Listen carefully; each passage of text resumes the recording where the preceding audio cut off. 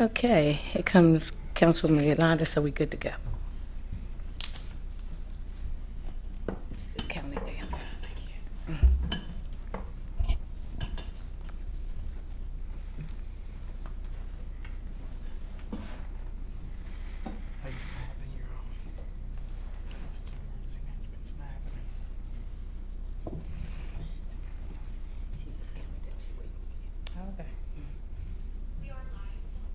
Oh, all right. Thank you very much. So I'm Councilman Yolanda McCoy. This is the Public Safety Committee meeting, Monday, October 14th, 2024. I got on here the wrong year. I'm the chair and council member, and I would like to start by doing a roll call of the members of the committee first. Okay, Councilwoman Oliver, Present. Councilwoman Darby, Councilman Johnson, Here. Councilman Spadola,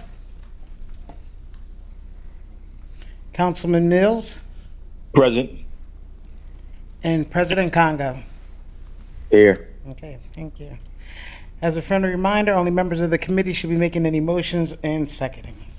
We actually only have one thing on the agenda today.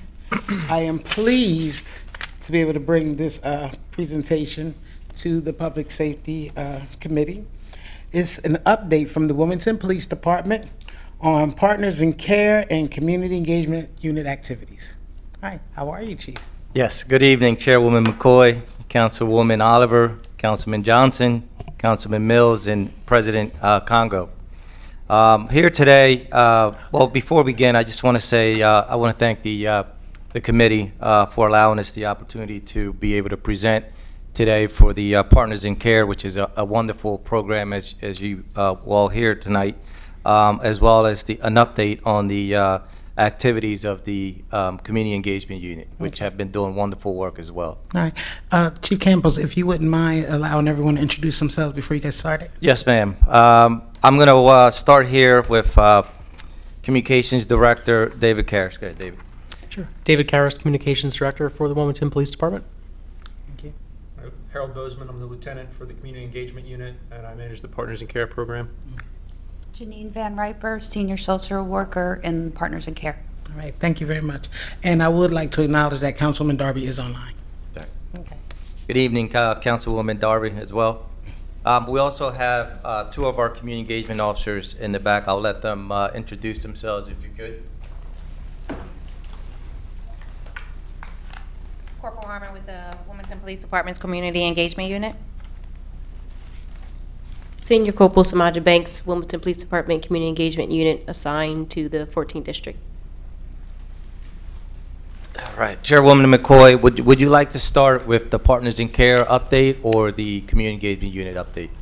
Yes, I very much like to hear about the Partners in Care. This is something that everyone has been very excited to see begin, and I think this may be our first real update.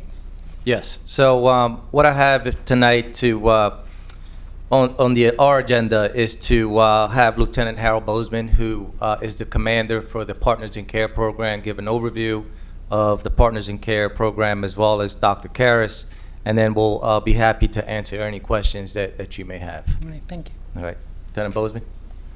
Good evening, Chairwoman McCoy, assembled members of the council. So just an overview of the Partners in Care program. We started in March of 2024 with one senior social worker and one community liaison who acts as our case manager. And so you'll see from our statistics, because March fell in the first quarter, we only had 5 contacts for new clients. And then as we moved on, we've accumulated more and more contacts. So I'll just give you the overview that we have here. We have the most up-to-date numbers now because we've just submitted our grant report for the third quarter just last week. So these numbers are the most accurate we have and the most up-to-date. So for Partners in Care, the team is a partnership between the Wilmington Police Department and Christiana Care. The Wilmington Partners in Care program pairs trained mental health clinicians with police officers who responded as a team to calls for service and conduct proactive outreach to support those in need in our communities.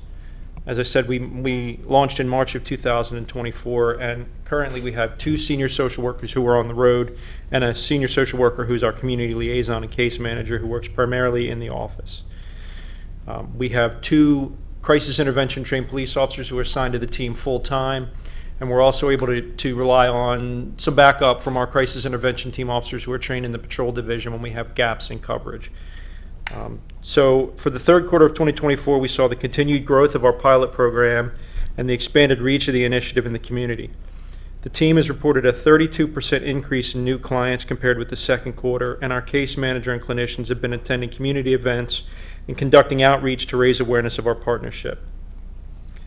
So since our inception in March of 24, we've had contact with a total of 207 residents of Wilmington.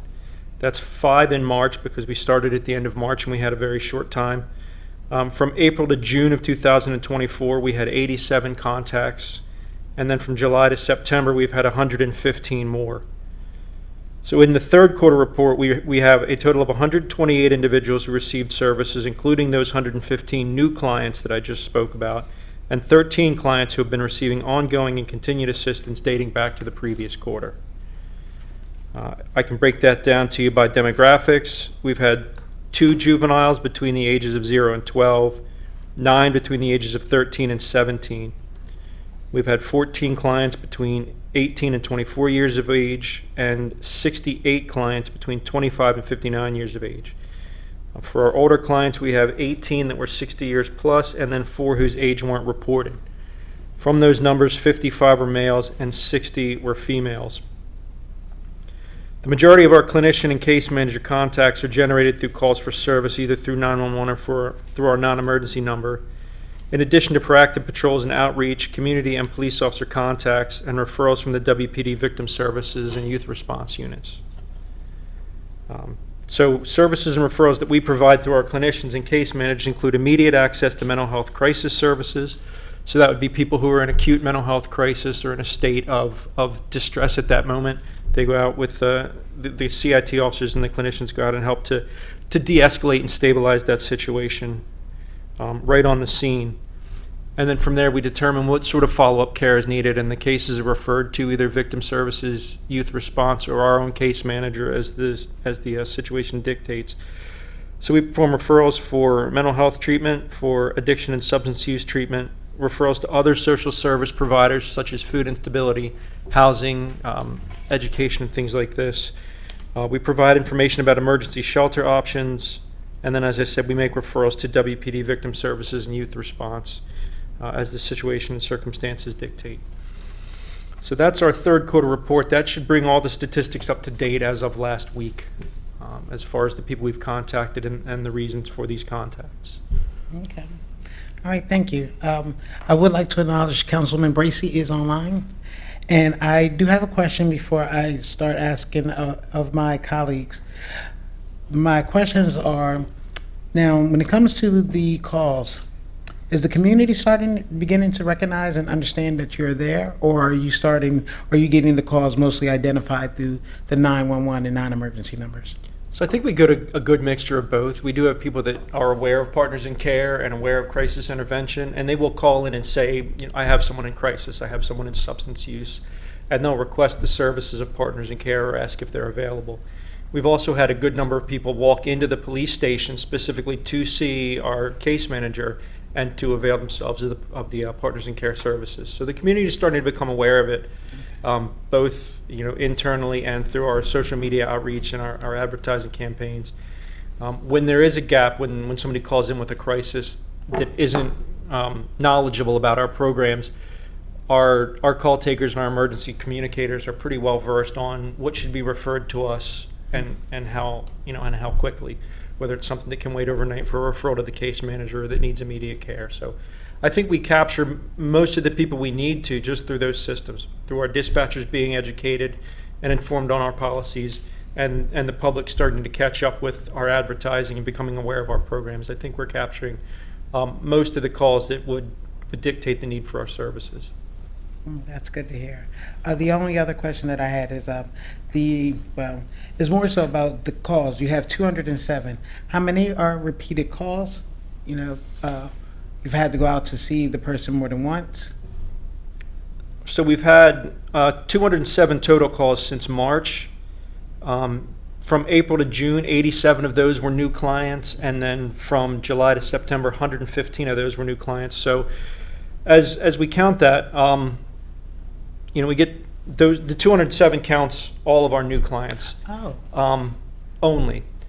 I don't think we have in this document tracked how many people we've followed up with. Our case manager has an extensive database, hundreds of lines on an Excel spreadsheet for these 207 people. He has an extensive database and a pretty intricate calendar about doing follow-ups, and he keeps really good track of people who go into treatment, what their outcomes are when they come out, people who need housing, and he keeps on them until they find the housing they need. And he follows up with them about their successes there. So it's not captured here about how many people we have repeat calls from. This is only capturing the numbers of new clients, which is a total of 207 who have received our services so far. But Mr. Timmons, our community liaison, is very adept at keeping track of people and continuing the follow-ups. He spends most of his day making phone calls and having visits with people who need follow-up care. thank you. I'm actually very impressed by the number 207. I thought it might have been duplicate calls, but these are all brand new clients. Yes, ma'am, this 207 captures all of our new calls by Okay. quarter, 5, 87, and 115. Okay. All right, does anyone have any questions for Lieutenant Bozeman? Yes. Councilman. Thank you. I too am impressed, but that was a good question. Officer, what did you say that her name, the secretary who has a spreadsheet, or he has a spreadsheet, was his name? Kwanzaa Timmons. Yeah, is it possible you could check with Kwanzaa though to see if there is any repeat calls? Because that's a good question. You could send them over to Councilman McCoy just in case there is some. My question was referrals to other. Just say if I have, I know I have some individuals in my district that have some mental health crisis. So if I have just say hypothetically, a neighbor that has an issue, would I have them call 576-3189? Or could I call and just say, look, my neighbor's having some issues or some mental health issues? Will somebody come out like that? I always tell people if there's an immediate crisis, if somebody is in having a real struggle right now, 911 is always appropriate. If it's somebody that you know has some mental health challenges, but they're not in crisis and they're not in danger right now, the non-emergency number is always fine too, the 654-5151. Or the listed hotline, the 3189, goes directly to Kwanzaa's desk, and he can grab the messages when he comes in and start following up with people if it's not an urgent need. So if you need the police or one of our responders out, either 911 or 654-5151 are always appropriate. If it's something that can wait for a follow-up call from our community liaison, the Partners in Care hotline is good. Okay, thank you. And follow up? Yes, you may. Another question, I'm looking at referrals to other social services. So I guess all the list below, these are all the services. If it was, I'm just speaking of a non-emergency, just have them call the 654-5151 and just leave a message that they would like to speak to someone in a crisis unit. Could they call them back? That would be a call to Kwanzaa's desk at the 576-3189. Okay. When I'm looking at the age, follow up? Oh, yes, you may. When I'm looking at ages 13 to 17, do you have a breakdown? Like I said, I know you said it's a spreadsheet. So if you could send that, I'm just wondering at 13 to 17, how many of them are males and how many are females? I just see 50 males, 60 females. I guess I would like for us to have that spreadsheet just to see the services that are being utilized through this, through the partnership and care. Okay. Know what I mean? And for our purposes, most of, or all of our contacts with juveniles, anybody from 0 to 17, are referred to our youth resource unit. So we'll make the initial contact and do the initial stabilization and crisis intervention. But then we are told that all of them get referred to our youth resource unit. So our YRU handles all the follow-up care, all the referrals, and things like that outside of Partners in Care. And lastly, as a follow-up, the Victim Service Unit, I know I've worked with them in the past. Okay, no, I can answer that question. I see what's going. Okay, thank you. No more questions right now. Okay. I'm just glad that the Partners and Care Unit is really up and running, and I hear a lot of good things. And I do know the two ladies that's in the back, and I see them out in the community, so it's good stuff. And people feel comfortable talking to them, and people I'm just one that believe in engagement with the police officers, so people aren't uncomfortable or they don't know who their officers are. And in the districts they both work in, I mean, I hear a lot of good stuff, and plus I see them out and about, and I'm always riding around just being nosy, looking to see what's going on. But I do see them out, and I see them engaged in the community, so I'm impressed. So kudos to y'all for this. All right. Well, thank you. I wanted to find out if any of the other council members had any questions. Okay. All right. Chairwoman McCoy, if I may, Yes. since we have our mental health clinician, or one of them here, Ms. Van Riper, if we can maybe just have her provide like her Yeah. experiences of what she's seen in the community and what type of calls she's been to, and gives maybe an example of a success story. Yes, please. Okay. So we tend to go on anything that happens to be like a crisis in that moment. So sometimes they have a mental health history, sometimes they've never been diagnosed, and this is the first time that something unusual is happening.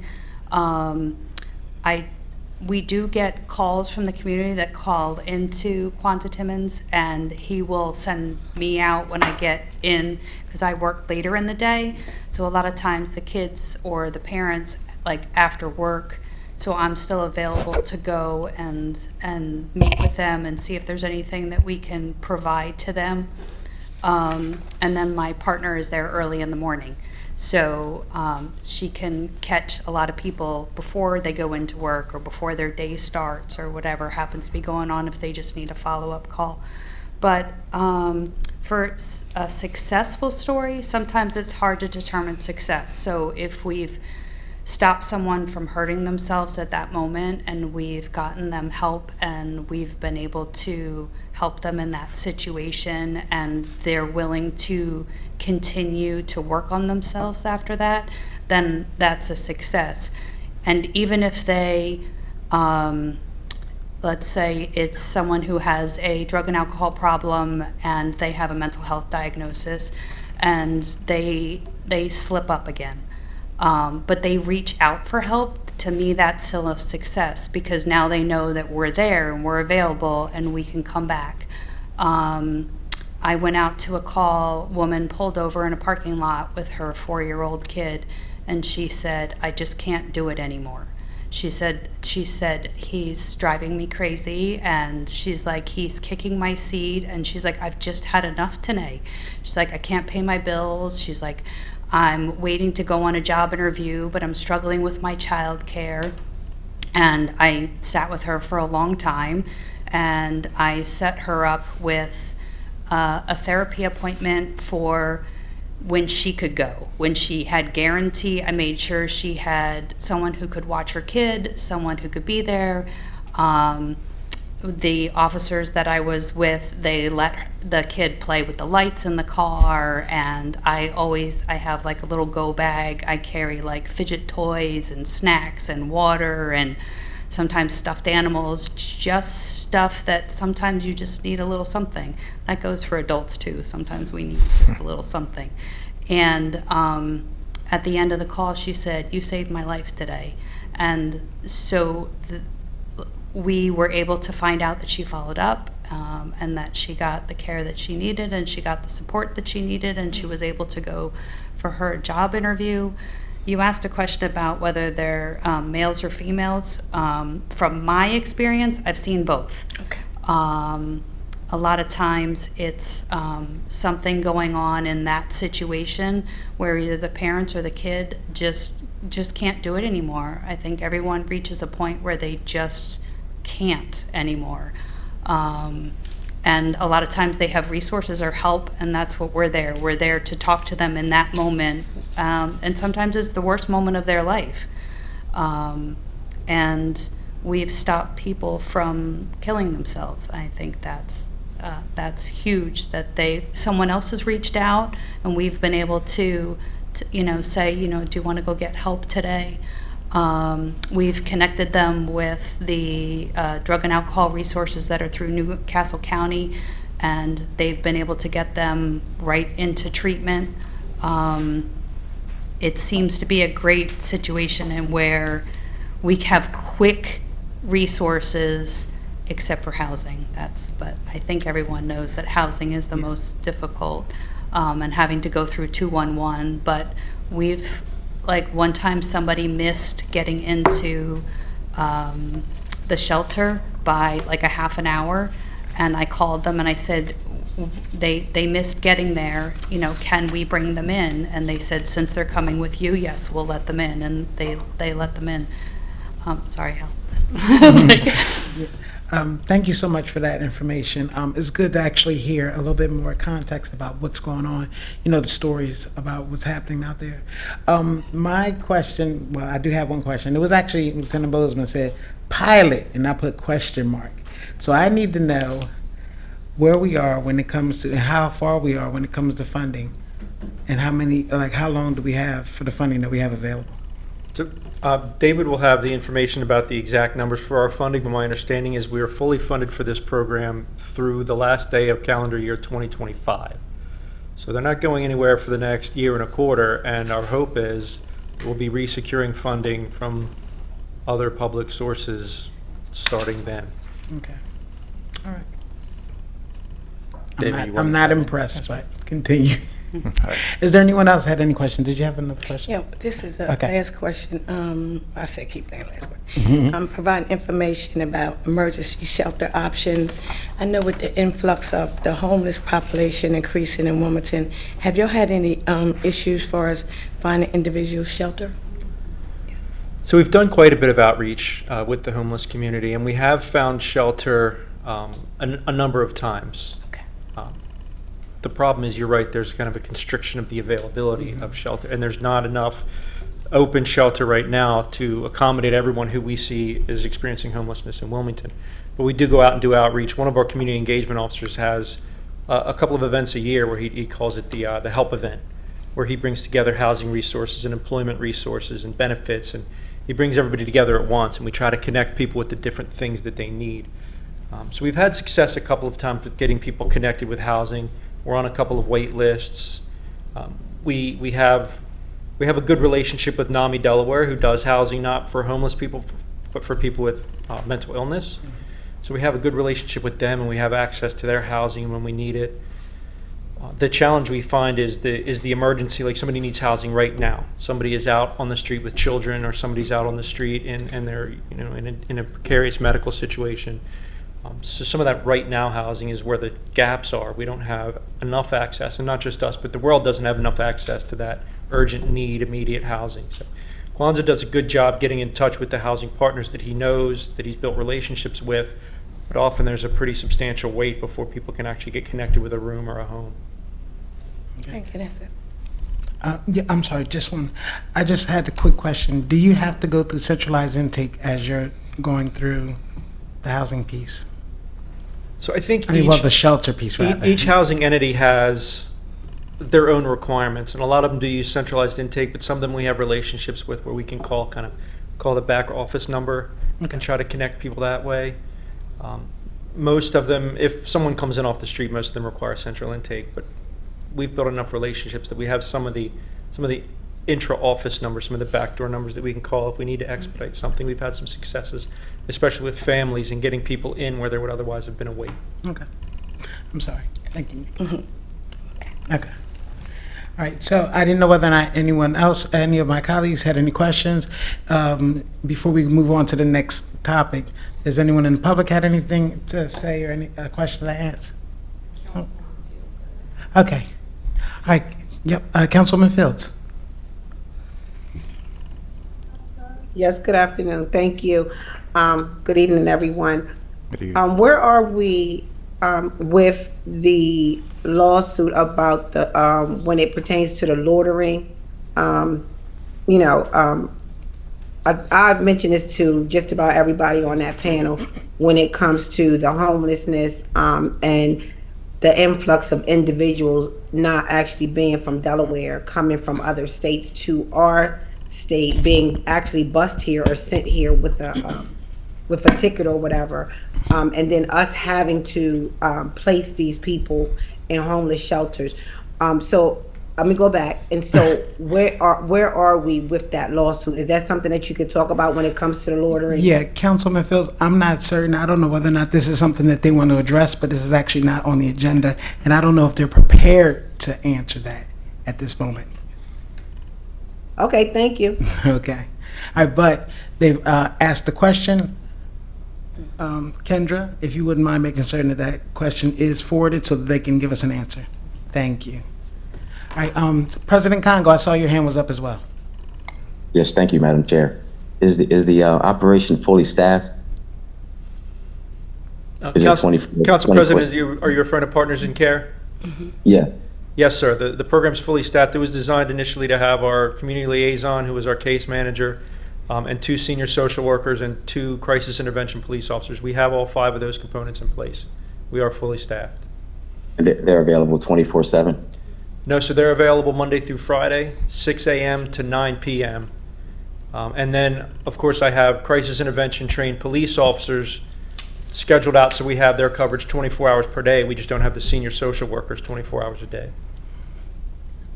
Okay. All right, thank you. Is that a goal to have 24/7 coverage from the social workers? That would, I think, require us to at least double and maybe a little more than double the size of our team if we wanted to have 24-hour care. So that might be something the chief has in his plans in the future. Okay. So right now, I think we're just deployed based on the statistical need for substance use and mental health crisis calls. Okay. All right, thank you. Okay. Are there any other questions? All right. Okay, seeing that there's none, if you'd like to proceed with your presentation. Yes, ma'am. Thank you. And as you can see, just to wrap up the Partners in Care program, it's an awesome program. In its infancy here, 2 quarters and a little bit over that. We've made so many different contacts, and one of the things that sticks out in my mind, the first day we did this operation or this pilot program, there was a 14-year-old child who was both suicidal and homicidal. Wanted to kill himself and kill his family, and just want to note that Janine and her team responded out, and they were able to de-escalate the situation and get this kid some help, because the mother just didn't know what to do at that point, and got her some help as well. So it's a great program. I'm hoping to expand it to President Congo's point, but at this point, it's already served and provided dividends, when it comes to providing that service to the community that we know it's needed, especially with mental health. So thank you. And if we can move on, I'll move on to the Community Engagement Unit. Lieutenant Bozeman is also the commander of that unit, so he'll provide some highlights. And we also have our 2 wonderful police officers in the back who are part of the unit that can give some feedback or some examples of the things that they're doing in the community. So thank you. Okay. All right, Madam Chair, council members, I'll just give you a quick recap. I think everybody's familiar with community engagement by this point. We're back in existence going on 2 years at this point. What we have is 9 community engagement police officers. One's assigned to each of our patrol districts in the city. And we have a community engagement sergeant who does the day-to-day supervision, scheduling, and oversight of the team. And then I manage the sergeant and the more broad aspects of the team. Our officers work 2 shifts. They work a day shift, an early day shift that starts at 7 a.m. They work from 7 a.m. to 5 p.m. And then they work an evening shift from noon to 10 p.m. and they alternate weeks doing that. Just to give you an overview, I don't have their annual statistics, but for the past 2 weeks, the team has been doing an operation as a group. So we've got all of our officers down in Sector 2, which is down here on the east side, on special request from Captain Stoddard. And in the 2 weeks that we've been doing this operation down here, they've made contact with 53 different individuals, served a total of 33 warrants or outstanding capiases, towed 4 abandoned vehicles, and managed to have 2 people transported for services, whether substance abuse or mental health services. All 9 of the CEU officers and both supervisors are crisis intervention trained. So President Congo, to your question, we have about 84 crisis intervention team officers that can do sort of the mental health crisis work, even in the absence of our Partners in Care. And everybody in the community policing unit, or community engagement unit rather, is trained in crisis intervention. They attend an average of 15 community meetings and events each month. Additionally, there are weekly community outreach walks at rotating locations around the city, Once monthly, we have resource fairs also at changing locations. And then once monthly, we do a coffee with a cop social event on a Wednesday morning where people can come up and just engage with the police officers, get to know them on a more personal level, ask any questions they have, and et cetera. The members of the team also regularly conduct presentations on civilian response to active shooter incidents. They engage with the various schools in their districts. They are regular participants in school mentoring programs and after-school programs at a number of different city schools. Okay. All right, thank you. Did I have, was there any questions? Did you have any? Yes, and I could follow up. Thank you, Madam Chair. I was wondering if you could send over, I know a lot of council members are not familiar with their community engagement person. I know it's Wilson. But could you send over, you said you have 9? Yes, ma'am. Just over to Kendra or the chair so we can have it, because I do move around the city. So if I need to talk to someone in another sector, I would know who their community engagement, like if I'm over William Hicks Anderson or something, I would like to know just who the community engagement person is, or if I'm in the first district, wherever, I just like to see whoever they are. So, Yes. yes, ma'am, what I can do is I can send you our roster that's got the officer's name, district they're assigned, and their contact phone number. Great, because I know sometimes y'all switch up. Okay, thank you. All right, thank you. I actually am very surprised that there are 9 officers because I see my officers a lot and I just felt like that they just belong to me. I don't know. It's an ownership type situation. Hi, Officer Harmon.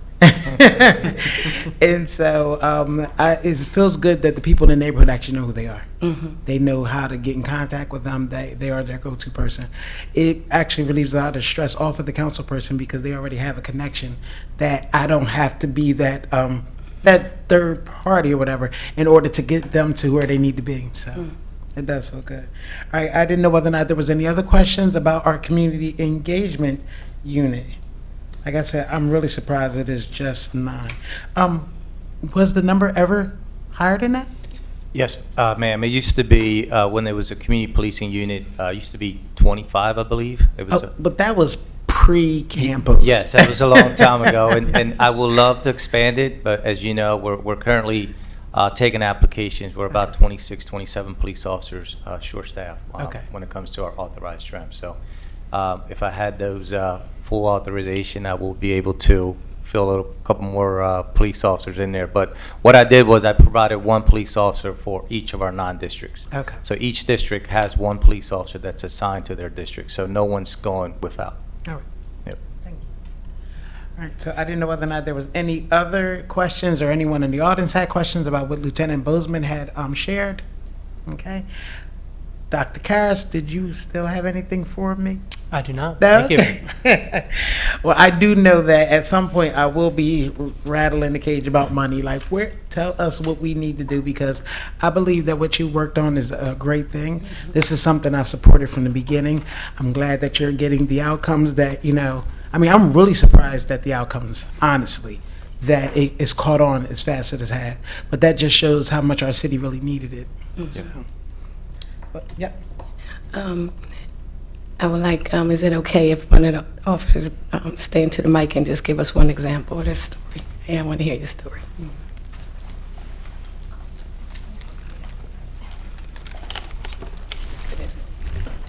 Okay. Is it working? Okay. Yeah. Again, I'm sorry. I'm Senior Corporal Samaj Banks, and I was actually raising my hand, so I wanted to share. Just 2 things. I actually really, truly enjoy what I do, and I tell people all the time, they're like, how's your work going? I just started my 9th year in August, and I'm like, I absolutely love my job. I mean, obviously there's days, like any other job, you question why you're there, but I'm often reminded of why I signed up for my job and the position that I'm in. I love kids, I love community, and that's what I get to do. I have 2 stories. One, we were working a community resource fair on the west side, and I had a little girl run up to me. She said, Mom, this is the lady that comes to my school. This is the officer that comes to my school. And she's over the north side, and then her mom was like, yeah, I see her everywhere. She's everywhere. And I'm like, that's so exciting. Like, that's what I want to see for our community, for them to understand that we're people too, and to be excited when they see us and not to be fearful or afraid, and know that we can be in multiple places, whether it's in the school teaching kids about anti-bullying, or we're at a resource fair offering resources to their parents, books or things like that. So that's something I really truly enjoy. And then I had one of my community people call me a couple months ago. There was a loud noise constantly going in the neighborhood. She said it went on for 3 or 4 days, and they were trying to figure out where the noise was coming from. So I said, okay, no problem. I'll check it out, when I return to work.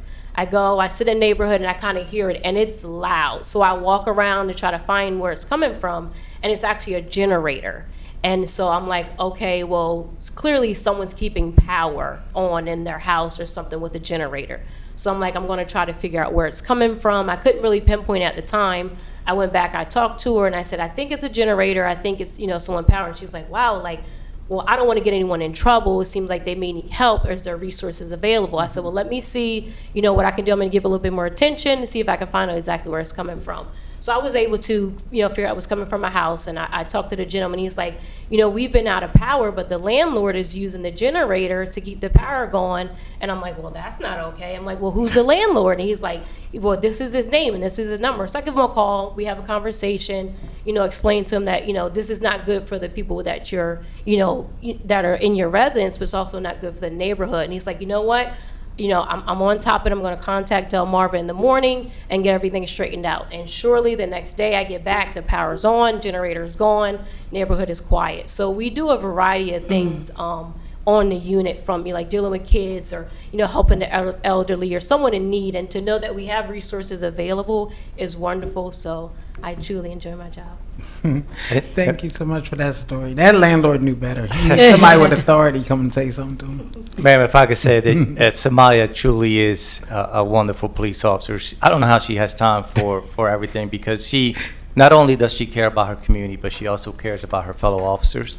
About a year ago, she approached me and she said, hey, Chief, do you mind if I start working on an officer health and wellness program? And I said, absolutely. And she's been hitting the ground running with it. We recently pushed out a officer health and wellness group. She is one of the officers in that group. It's a part-time. They do it when they have their own time. But they reach out to officers who may have gone to a call that doesn't necessarily meet the crisis CISM protocol. And she makes sure she follows up and makes sure that those officers are doing well. If they have any questions or if they just have a need to talk to a peer, she's there for them. And not only the officers on the job, but the retired officers as well. She keeps tabs of them as well. If someone loses a loved one, she's there. So she is truly all over the place, and we love her for it. Thank you. Thank you so much for all your service. All right, so I didn't know whether or not, I'm sorry. Councilman Mills, you had a question? Yes, thank you, Madam Chair. I just wanted to make a comment and give some kudos to the chief and definitely to Officer Banks as well. I agree, like that parent, I see her everywhere, and the work she's doing is outstanding. But one particular incident where, one of the young men on Washington Street was involved with an officer. He was out of control. When I pulled up, I knew the young man, talking to the young man, got him settled. Then the father of that young man came up, and then it really got out of control. But she was able to handle the incident, checked it, and both the young man and the father were both able to walk away with no one being arrested. So that's the kind of outstanding work that she's doing in the community. And it would not have happened that way if it was, a non-caring officer, because the young man and his father were both irate at the time. So thank you. I just wanted to say a personal thanks and let the chief hear that story as well. So thank you very much. Keep up the great work, guys. Thank you. Thank you. I didn't know if anyone else had anything, either any questions, comments from council or from the public. Now, I was about to ask Officer Armin, is she a time if you like it? So, this is my community engagement officer. She is in my neighborhood. She is a mentor to the young women in my community, and I see her a lot. Even though it's not where I'm calling on her to ask her to do anything, I just see her around. She is in the neighborhood. She's always talking about you. Well, thank you. I do truly appreciate that. So I am a part of I Am My Sister's Keeper, so that's a mentoring program that I am in. We just recently had a tea party that I attended on a Sunday, as well as the 2 people that recently went to rehab.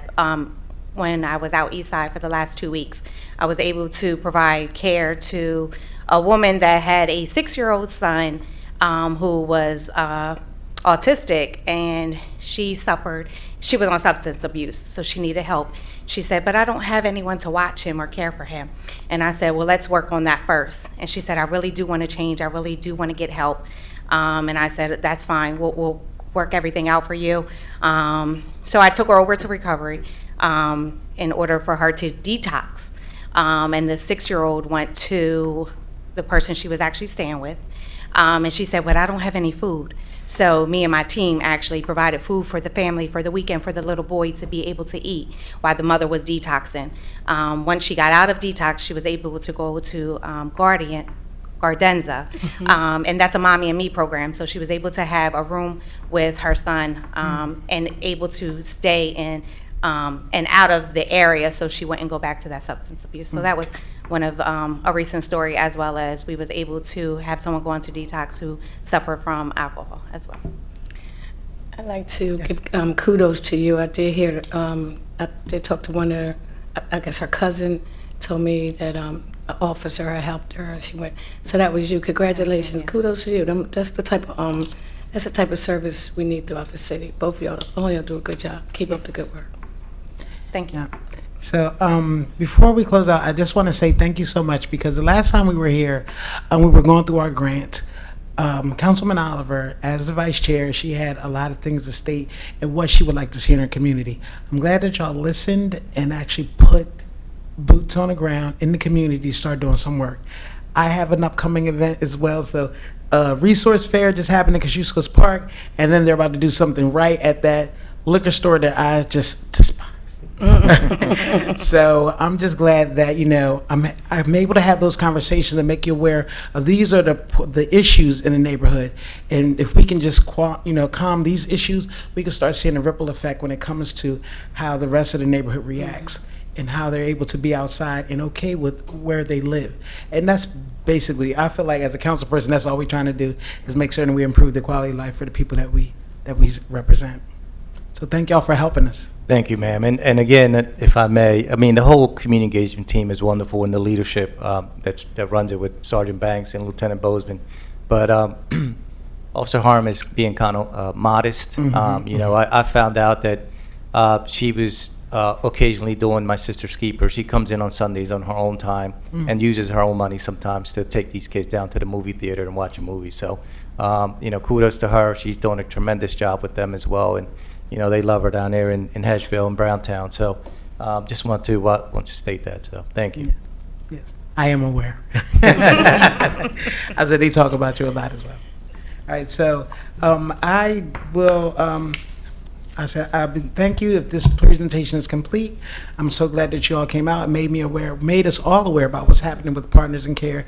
This was something that was really close to a lot of people's hearts here within council. We just want to see exactly where we were and how the program was progressing. So thank you so much for giving that information. If none of my council colleagues have any other comments or questions, okay, and then I'd just like to give Dave his props, because I'm normally calling David at least once a week about something. So thanks a lot, Dave, for taking my call. Absolutely.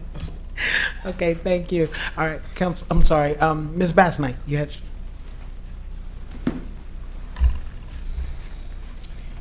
Madam Chair, just as a member of the public, to hear these positive stories from our police department is very meaningful. These are the type of things, you know, that our news journal and our social media needs to highlight rather than negative stories. I think it's very positive.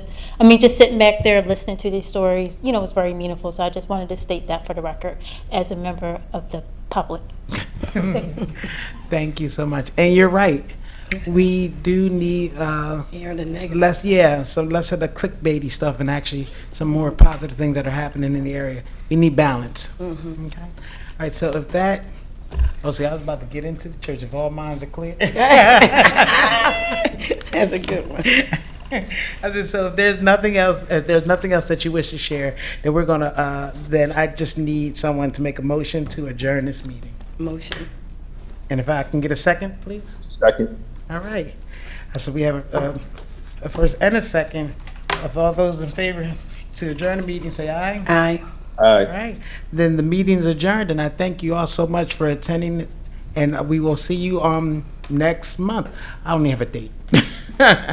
But we're going to be bringing more information about public safety and making sure that you are all aware. Thank you so much for joining us. Thank you.